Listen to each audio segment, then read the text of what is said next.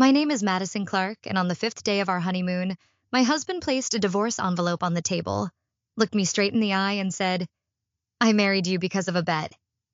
$2,000. You won, but so did I. He smiled, that smug grin of a man who thinks he just played a fool. But what he didn't know was, I'm not the kind of bet you walk away from unscathed.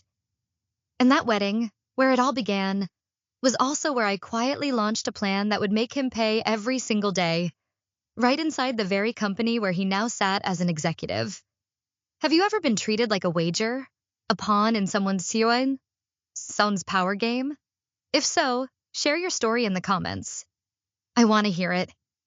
And if these twists left your chest tight, don't forget to like and subscribe, because in the next part, I'll tell you what happened when I used my own honeymoon to start building an empire. I was born and raised in a small town in northern Michigan, where winter came early and big dreams were often buried beneath the snow. My family wasn't wealthy, but my parents always taught me one thing. If I wanted to survive in a world run by powerful men, I had to do twice as well and speak half as much. After graduating from Wharton with honors and completing 2 internships at major investment firms in Chicago, I was hired by Northbridge Capital Group, one of the most powerful financial firms in New York. I remember my first day walking into that glass tower. Tall, cold, and so polished I could see my own fear reflected in every step I took. Derek Foster was the first to speak to me after orientation. He was tall, smooth-talking, with steely gray eyes and a smile that made me believe I was special, even though I was just one of hundreds of new hires. When I found out he was the vice president of finance and would be assigned as my mentor, I couldn't hide my excitement. Learning from one of the most powerful people in the company was a chance most people never got. Derek always knew how to make me feel like I was on the right path. Every morning he'd stop by my desk and leave a latte, exactly the way I liked it without needing to ask. He fixed my presentation slides before my first pitch to the strategy team, and whenever I did well, he looked at me in a way that made my heart skip a beat. I've never seen anyone pick up the internal analytics system that fast, he once said when we were both working late. I smiled, thinking it was just a casual compliment, but the compliments kept coming, the lingering looks, the light touches when he handed over reports. And one Friday night, after the office had cleared out, he asked if I wanted to grab dinner at the Italian place across the street. I wasn't someone who fell easily, but I wasn't made of stone either. We started dating a few months later, carefully, quietly. I knew office relationships could make a woman look bad, but with Derek I felt safe. And more than that, I felt seen. My career advanced quickly. I got invited to strategy meetings with senior leadership, presented market analyses at regional conferences, and behind every step forward was Derek, pushing me upward, but always keeping me just within reach. Then one night in October, when Derek said he had a last-minute meeting and couldn't make it to dinner, I decided to walk to our usual bar and grab something to go. I wasn't trying to follow him, but when I heard a familiar laugh from the corner, I stopped. Derek was sitting with 3 other men, all senior managers at the firm. I hid behind a stone column, not even sure why I didn't step out. Maybe it was the way they talked. Unfiltered. Unguarded.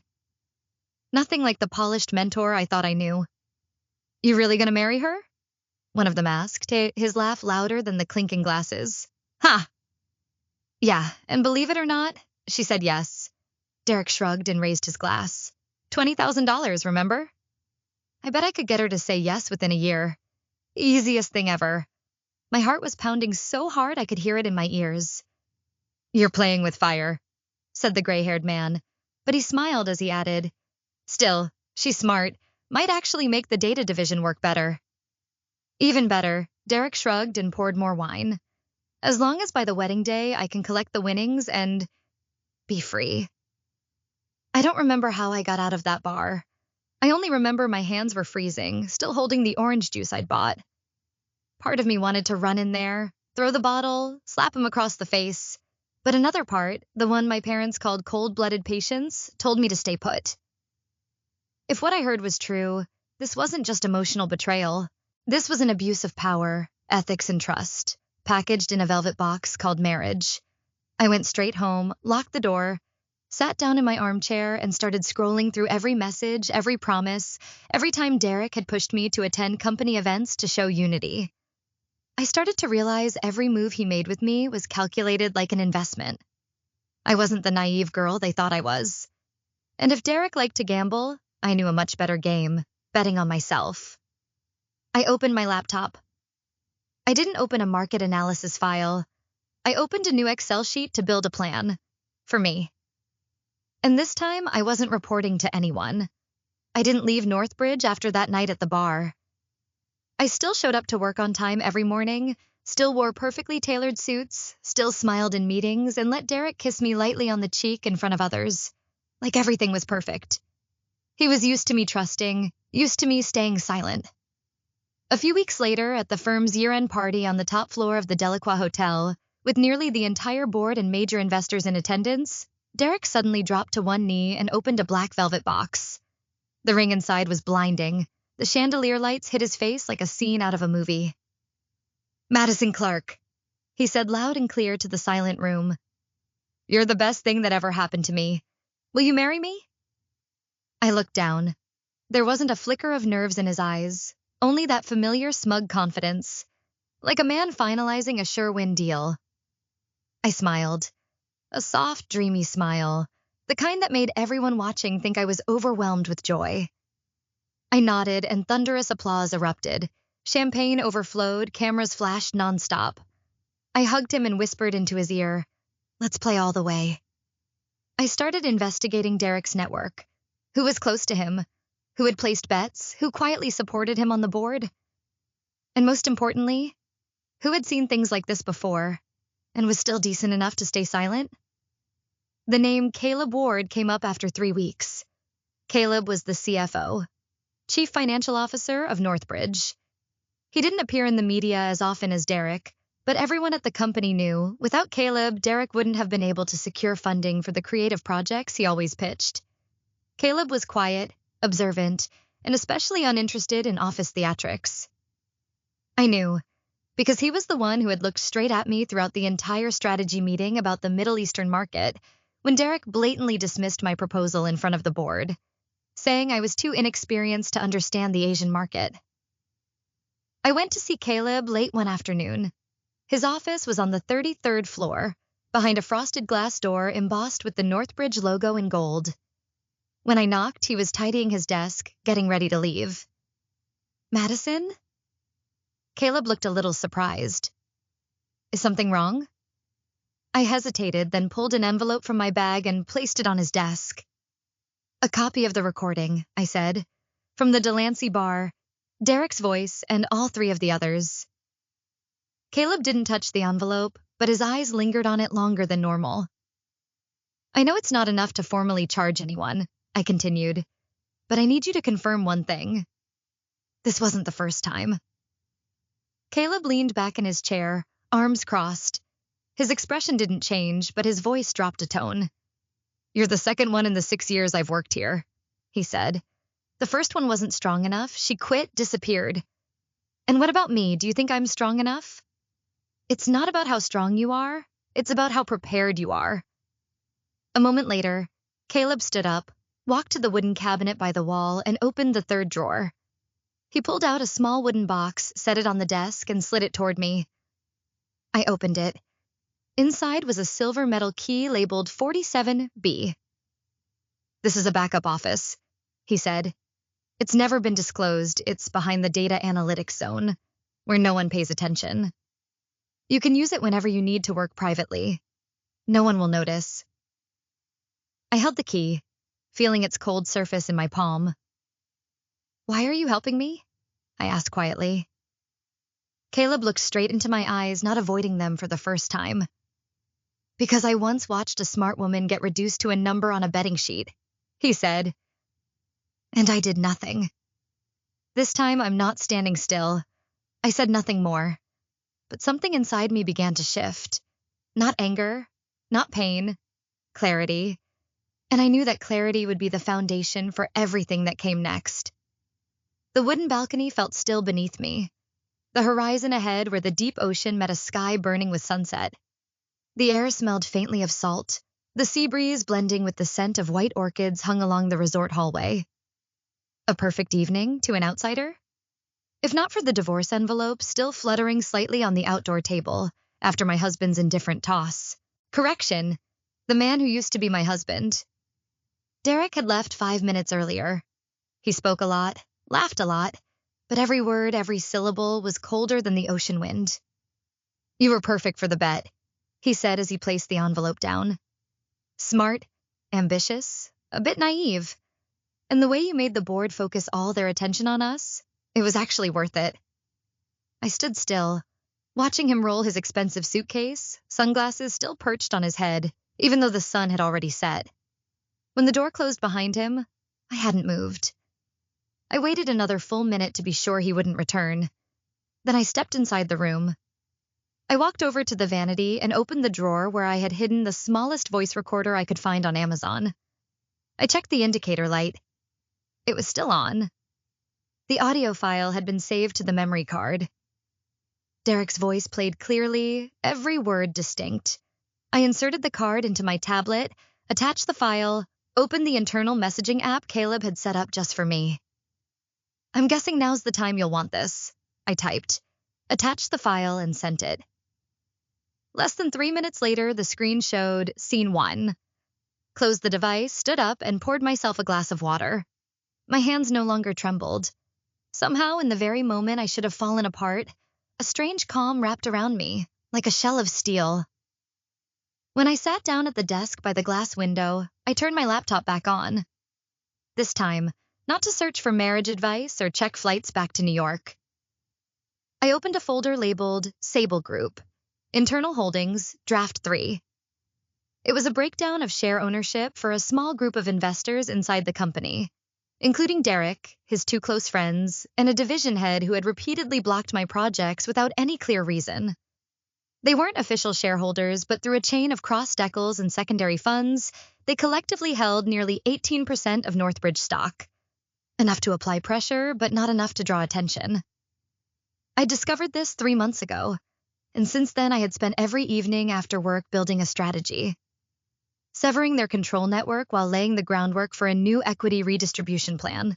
The one Caleb once told me, if timed right, it will force the board to rethink how they allocate power. Lines and numbers flickered on the screen, each one part of the trap I'd been building.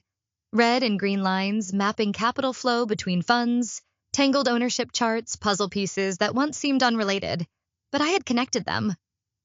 I knew Derek and his group were plotting to manipulate the board to gain more influence before the restructuring quarter.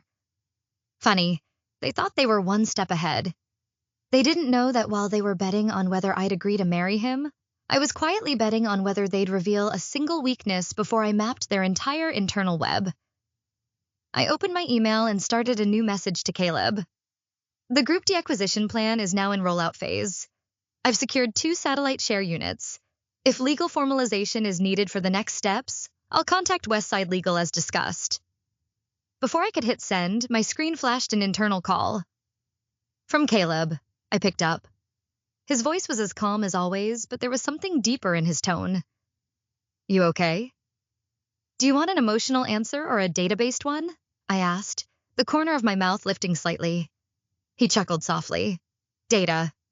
I've just officially lost a husband but gained a recording and 2 new leverage points in equity. The trade ratio isn't bad." A pause, then Caleb said, "This resort, Madison, do you know who owns it?" I looked out at the balcony. The palm trees swayed in the breeze. I understood what he was getting at. Northbridge? Not just Northbridge. It's part of an internal investment fund, held under one of the subsidiaries Derek used to manage. But as of last month, it was transferred into the reserve fund, a fund I oversee. I froze. For a split second, I felt like I was standing in the middle of a chessboard where every move had already been arranged. But not by Derek. "So you knew?" "No, but I suspected. And I wanted to make sure you had a safe place to react when the time came." I leaned back in my chair and closed my eyes for a moment. Everything was starting to align. "Thank you," I said quietly. "I won't waste this opportunity." Caleb said nothing more. The call ended. I turned back to the screen, made a few final adjustments to the report, and saved it to a separate encrypted drive. The original version I would hand to Caleb later. The duplicate? I left it on the computer, right where anyone curious would see it. A sweet little bait. I rose from the desk, leaving the untouched glass of cold water on the wooden table. Outside, the sun had completely set.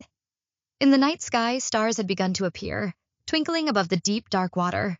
They shone, quiet, steady, and no one could control them. I smiled, walked back into the room, and closed the balcony door. Everything was only just beginning. I returned to New York on a Monday morning, exactly 1 week after Derek left the resort. The city was as noisy as ever, but inside me there was a strange and growing stillness. Like when you know a storm is coming, but this time, you're the one holding the key to the first door. I didn't go back to my old apartment. I rented a small studio near the Northbridge headquarters, where I could work through the night without drawing attention. Caleb helped arrange a meeting with the legal representatives of 3 minority shareholders. People who were fed up with the way Derek's group manipulated strategic decisions, but didn't have enough voice to fight back. We formed an alliance. I didn't sign anything directly. All transactions were conducted through a legal proxy. And the personal fund I had quietly opened over the past year, pulling a portion from my paycheck each month to drip. Invest into scattered equity units, every small transfer, every careful step, like placing individual pieces on a large chessboard. By the time it was done, I held 11% of the shares, not enough to cause a stir, but enough to make anyone on the board glance at my name once when scanning the representative list. A mid-quarter board meeting took place in the conference room on the 38th floor, the same place I had previously only been allowed to enter to provide requested data. That day, I wore a stone gray suit, tailored and sleek. I didn't dress to impress. I dressed to be noticed. Quietly. Ocean. The meeting room door opened precisely at 10 o'clock when the wall clock chimed. Caleb was standing at the head of the table, speaking with 2 regional finance directors. When I stepped inside, the entire room went silent, and then my eyes met Derek's. As always, he claimed the chair to Caleb's left, like nothing had shifted, with his laptop neatly placed in front of him and his black coffee. But this time his hands froze above the keyboard when he saw me. Not because he couldn't believe I was there, but because he was certain I'd never dare to return. "Madison?" His voice cracked, slightly unable to stay composed. "I thought you were still on leave." I gave a faint smile, pulled out a chair, and sat down next to Caleb. I'm no longer an employee who needs to request time off, am I? Caleb glanced at me, giving a subtle nod. Derek frowned. "Then, in what capacity?"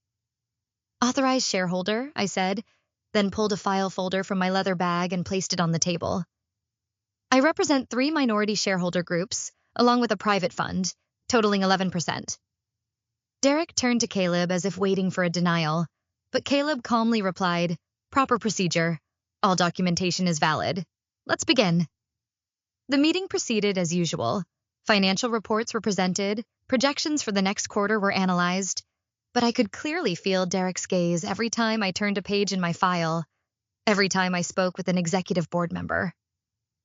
When the discussion segment began, a regional finance director raised a concern about strategic effectiveness in the Asian division, a division that had previously been entirely under Derek's control. I spoke for the first time. "I have a few observations," I said, "based on market data I compiled from the past 6 quarters. If we adjust the risk analysis model and cut out a few weak partners, the profit margin could improve by 2.4%. I slid the printed analysis report toward the regional director. He flipped through a few pages, then looked up in surprise. "Very thorough. Who conducted this analysis?" "I did, on my honeymoon," I replied without changing expression. Derek clenched his jaw. A few people in the room glanced at him, but no one said a word. Stories spread through a company faster than internal bulletins, and they were starting to understand who was actually in control. When the meeting ended, the shareholders began leaving the room. Caleb remained seated, organizing his documents. With his jaw tight and shoulders squared, Derek crossed the room, composure fraying at the edges. "Madison, you don't have to do this. I'm not doing anything. I'm simply present, At the right place at the right time in a fully legal capacity, the rest you brought on yourself. You're destroying everything I built. No, I corrected. I'm reclaiming what I was used to cover up, and I haven't even started building anything yet. Without a word, Caleb moved between us, measured, polite, but impossible to ignore. We have another meeting scheduled. If you'd like to discuss further, I suggest you book a formal appointment with legal. Derek looked at him. A second later, he stepped back and nodded. I left the meeting room with Caleb. We said nothing as we walked down the long glass hallway, but as we neared the elevators, he tilted his head slightly and asked, "How does it feel?" I looked straight ahead and pressed the elevator button, like stepping onto the stage of a play where I used to be just a prop. My name didn't appear on the new staffing chart. There was no announcement from HR, no all-company email, no introduction at the Monday morning meeting. All I did after that shareholder meeting was move my office to a hidden corner behind the data analytics floor, where most senior executives never set foot. It was room 47B, the one Caleb had once told me about. I placed a small wooden nameplate on the desk. No title, just the name, Madison Clark. And from there, I began. I chose each person carefully, not the most polished resumes or Ivy League degrees, but those who understood data wasn't just numbers, it was language. I recruited 2 analysts from the R&D department, one of whom had been kicked off Derek's strategy team for being too detail-obsessed. I called in a software engineer from the Dallas office to New York, offering her a short-term contract with maximum freedom. I reached out to a market expert who had withdrawn from the industry due to ethical conflicts with senior leadership. He now became my unofficial advisor. I named the group Celsius, short, unexplained, a neutral name that carried quiet energy. The only place Celsius appeared was in the internal meeting calendar, under the label Risk Analytics Redesign Platform, a vague enough term to avoid attention, but familiar enough not to raise questions. We worked at night. The lights in 47B stayed on past 8 p.m. every day, and for 3 months after the shareholder meeting, Celsius restructured the entire data chain for the Asian market, adjusted risk models to factor in human behavior, tracked real-time consumer habits, and built a forecasting tool more accurate than any system Derek had ever pitched. I didn't tell anyone. I didn't submit reports directly to the board. I let Caleb strategically approach individual senior members, offering pilot proposals without naming the source. My reports were signed under Market Temperature Analysis Data Team. Some sections were excerpted and attached to other departmental reports, slipped into meetings I never attended. For 2 months, no one knew what Celsius was, who led it, or where it came from. They only knew that the performance of all related teams had increased by 15% on average. Investment risk had dropped significantly, and a few deals Derek had sworn would fail unexpectedly succeeded. Then the rumors started to spread. Someone's revamping the analytics system. Where's this new tool coming from? Can't be Derek's department. The analysis style is completely different. Derek began to panic. I knew from a former assistant of his. She messaged me one evening. He's auditing every department, trying to find who's behind this improved data. His face isn't happy. I didn't react. I still came to the office every day, but no longer joined large team meetings. I declined internal presentation invites, citing that I was advising shareholders, which was entirely true. My name began popping up in hallway conversations, but no one had anything solid. Derek came to see Caleb twice in 1 week. I happened to walk past the conference room and saw him leaning over the table, voice raised through the glass. "You know who's doing this, don't you?" Caleb responded calmly. "I don't answer questions based on feelings." Afterward, he returned to my office and placed a new restructuring diagram on my desk, speaking casually. "The executive team just approved the pilot rollout across Southeast Asia, based on Celsius's model. You'll need to prepare a transition team." My eyes traced the layout, and I nodded once, measured and sure. "It'll be ready in 2 weeks." He stood there for a moment, then said slowly, "Derek won't let this go. He's losing influence faster than even I expected." Because he thought power was a given. I've never thought of myself as powerful. I just know how to create leverage in the places no one looks. Caleb smiled. "That's the kind that lasts." After that day, I left a handwritten note on the desk of a former colleague. someone who had been forced to resign after a dispute with Derek over idea ownership. I didn't sign it. The note simply read, Celsius wasn't born out of power. It was born from people who were never heard. And now it's being heard. Loud and clear. 1 week later, she returned to the company as a data advisor for the Southeast Asia team. Derek surely knew Celsius existed, but he couldn't prove who it belonged to, couldn't trace any report back to me by name, and couldn't understand why more and more executives were beginning to change their analytical methods without asking for his input. He could feel power slipping through his fingers, bit by bit, but he couldn't grab it back because he couldn't see the person peeling each of his fingers off the wheel. As for me, each morning I still walked into room 47B, as quiet as a library, beginning my day with a cup of tea and the soft sound of keystrokes, the kind of sound no one notices, yet capable of changing the entire current of a corporation. That morning, the large conference room on the 40th floor felt like a stage with no wasted lines.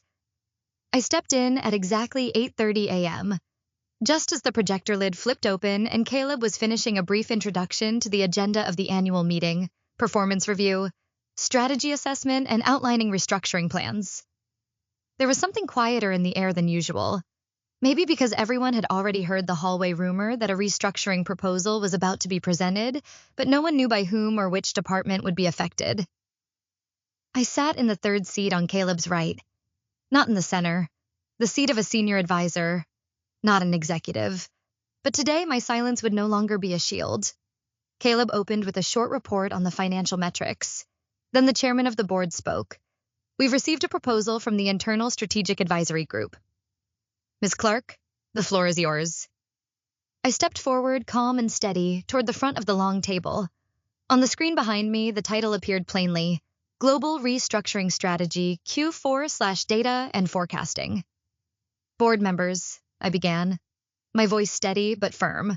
After 6 months of internal data analysis, operational performance review, and market chain risk assessment, the Special Strategy Team has completed a comprehensive restructuring model for the Global Forecasting and Data Analytics Division.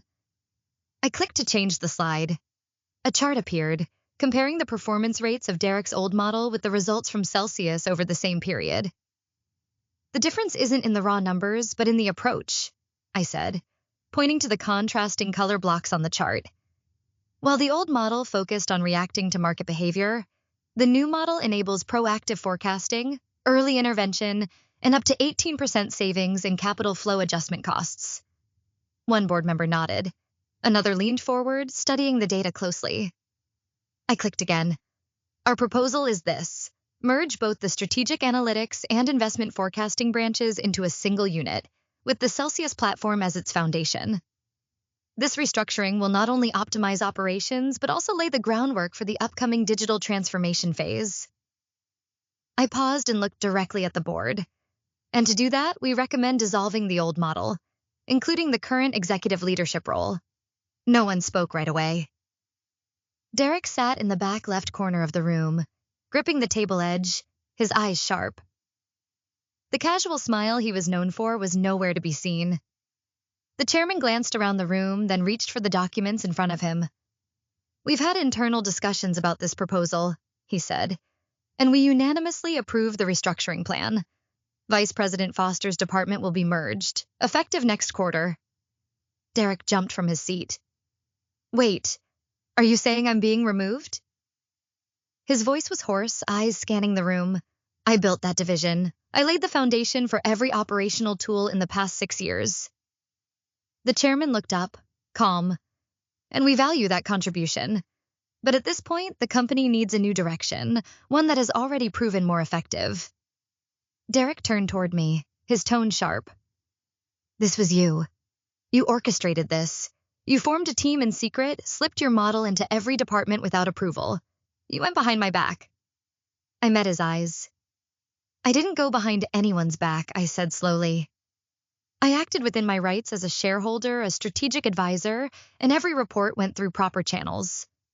The only reason you didn't see it coming is because you're too used to people needing your permission to act. You forgot this company has more than one center of gravity. A regional finance director spoke up, calm but clear. And frankly, Mr. Foster, your division hasn't maintained its lead position in the past 6 months. We need new leadership for a new era. Derek looked around, searching for a sympathetic glance, but no one spoke. The chairman turned to the next page in his folder. We've also confirmed who will take over the executive role after restructuring. Ms. Madison Clark is appointed as Vice President of Global Data Strategy, effective today. There was no applause, no cheering, just a deep silence, the kind that comes when the old guard is replaced by something no one expected. Derek sank back into his chair. Caleb placed a hand lightly on the table and nodded toward me. Congratulations, Madison, he said. Let's begin by showing us the future you envision. I looked around the room, the same room that had once been a fortress of decisions I was excluded from. And now everyone here was waiting for my next words. I opened the final slide. We have enough data. Now it's time to reshape how Northbridge makes decisions, I said. Not based on authority, but on understanding. I was reviewing the quarterly financial report just sent from the Singapore office when the glass door, left slightly ajar, gave a faint rattle. The sound was so subtle that anyone unfamiliar with the stillness of this floor might have missed it. But I knew. It was him. My eyes lifted to the doorway. Derek was there, standing at the threshold. No suit jacket, tie loosened, hands bare, and a visible uncertainty on a face that once symbolized pure confidence. He didn't knock or step inside. He hovered at the threshold, torn between pride and something harder to admit. Can I come in? He asked, his voice deep but no longer steady. I gave no invitation, no warmth either, a simple, unreadable nod. He walked in and gently closed the door behind him. The room was larger than the one I used to have, but I hadn't decorated much. The desk was tidy, with only a small photo frame, a picture of my parents at my Wharton MBA graduation. Derek looked around, his eyes pausing on the photo before turning back to me. Congratulations, he said softly. I guess. I was the last person in that room yesterday to realize what was happening. He didn't reply, only tilted my head slightly, an unspoken acknowledgement. He sat down in the chair across from my desk, fingers interlaced. For a long while, we said nothing. I let him be the one to speak first. Listen. Derek inhaled deeply. I'm not here to ask for forgiveness. I know. Some things I did can't be undone. I raised my gaze. You say that like it was just a mistake. He gave a bitter smile. I don't expect you to believe me. But what I want, just one thing, is a chance to save some dignity. I don't want to leave the company like this. I don't want to be seen as someone shoved out the back door. I gently set my pen down and leaned back in my chair, my voice low and slow. I never intended to force you out.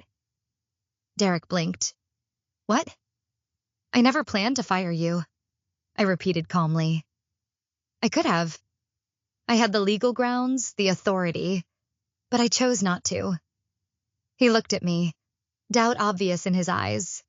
Why? Pity? I shook my head. Because I want you to stay. I want you in the meetings you used to lead, sitting on the sidelines you once ruled, reading the reports I used to ghostwrite. And every day, I want you to witness what it's like to be replaced. Derek froze. I'm not seeking revenge, I continued, my voice completely free of anger. I'm only reclaiming what was mine. No more, but also no less. I underestimated you?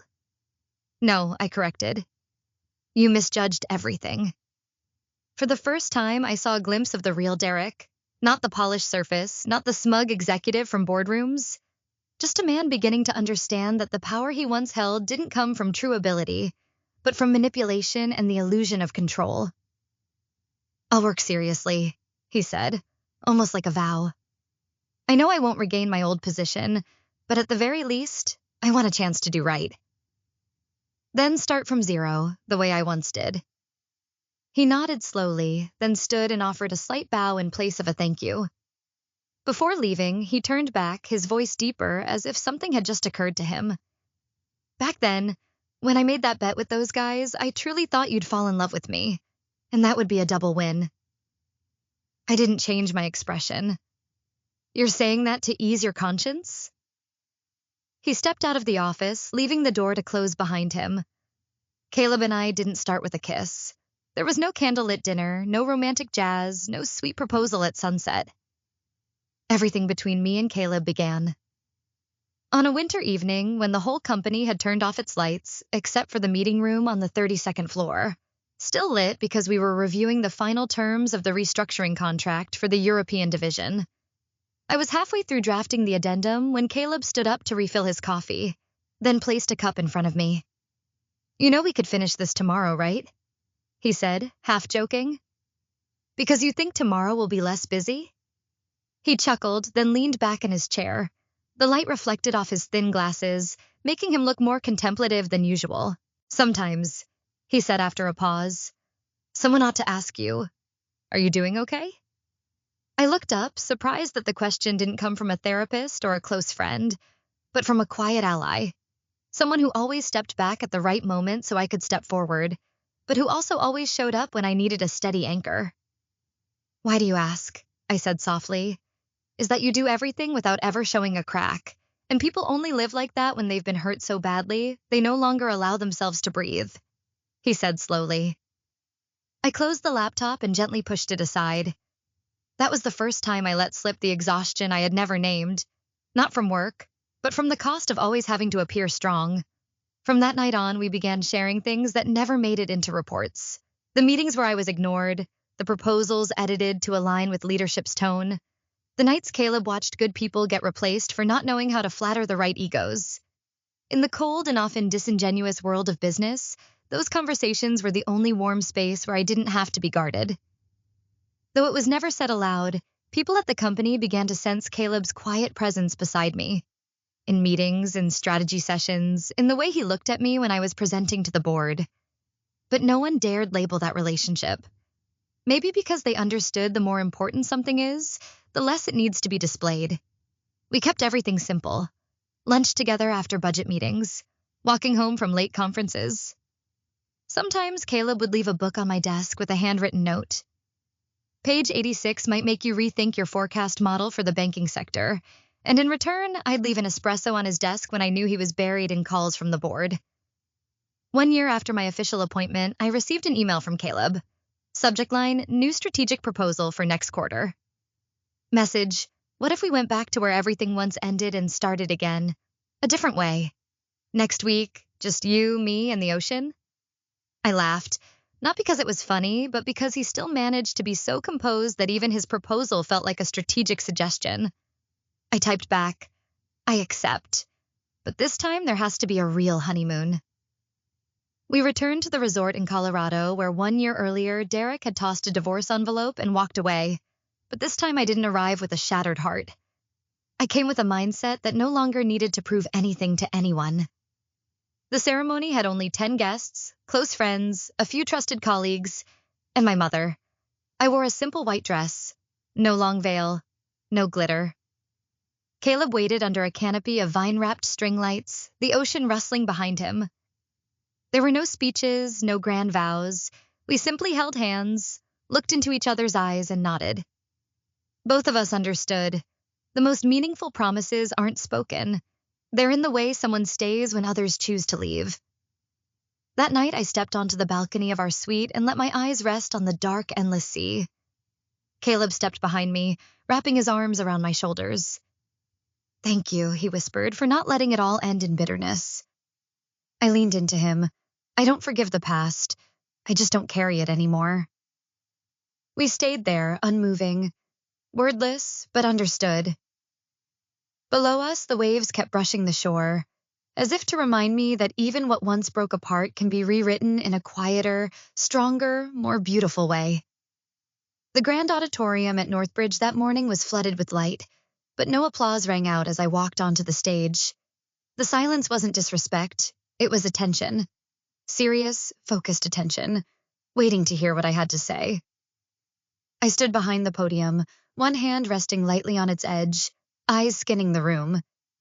In the front row was Caleb, as quiet as ever, but the way he looked at me made me feel I wasn't alone. In the back row, half hidden behind the right side column, was Derek. He sat upright, arms folded, expression unreadable. Whether it was patience or forced composure, I couldn't tell, but he was there, and I knew that mattered more than any applause. I opened with a small story, not about achievements, but about my early days at Northbridge, about the first time I presented a strategic analysis and was cut off by the very boss I once trusted. I told it gently. There was no bitterness, no mockery, only a quiet truth, like the ones corporate rooms are built to hide. I used to think, I said, that I had to become like them to be accepted. But it turns out what helped me survive and rise was that I wasn't like them. Ha! I didn't build this career to get revenge, I said, finally looking toward the back of the room. I built it so that no one would dare misjudge a woman's worth again. Because not all silence is weakness, and not every smile is agreement. As I stepped down from the stage, the board chairman approached to announce the official appointment. Madison Clark, Chief Innovation Officer, a position that had never existed before, but was created after the success of a year-long global transformation pilot. As he shook my hand, he said softly, "You didn't just shift strategy. You shifted the way this entire system sees itself." I smiled, thanked him, and stepped down. As I returned to the front row, a few board members came to shake my hand to congratulate me, but I didn't see Caleb among them. Not until I exited the auditorium, walked down the long glass hallway toward the main lobby, did I find him leaning against a stone pillar, holding 2 cups of hot coffee. "Switched from espresso to mocha," I teased, taking the cup. "No," he smiled. "I figured today could use something a little sweeter." I looked out through the windows, watching people move across the plaza. The October breeze in New York was light and dry, enough to turn the maple trees along Lexington Avenue into blazing shades of amber. Caleb turned to me, reaching out his hand as if it were an ordinary afternoon, as if he hadn't just heard my entire speech from the front row. I placed my hand in his. We walked out of the building, not rushed, not hesitant. A few glances followed us, a few distant nods, but no one said anything out of line. They knew. Empty words couldn't touch a woman who had made it here on her own 2 feet. The ring on my hand sparkled under the autumn sun, but it wasn't a ring meant to claim ownership. It stood for something else, a respect built through time, through action, and through the quiet partnership of 2 people who never needed to prove anything except trust. We walked into the wind without looking back, but I knew that behind me on the top floor of the Northbridge building someone was watching, and I believed he finally understood. Some losses don't come from being kicked off the table. They come from no longer being invited back. What do you think about the way I chose to end this game? Not with loud revenge, but with a position no one could deny? Have you ever been underestimated, dismissed, or misjudged just because you didn't meet someone else's expectations? If so, I want to hear your story. Share it in the comments. Because sometimes the quietest experiences carry the greatest power to change everything. If this story made you feel something about value, resilience, or simply the strength behind intentional silence, don't forget to like and subscribe. We have more stories to share about women who chose extraordinary paths through the ordinary challenges of family, life, or work. Because sometimes the best response isn't to shout, it's to keep living in a way that demands to be heard.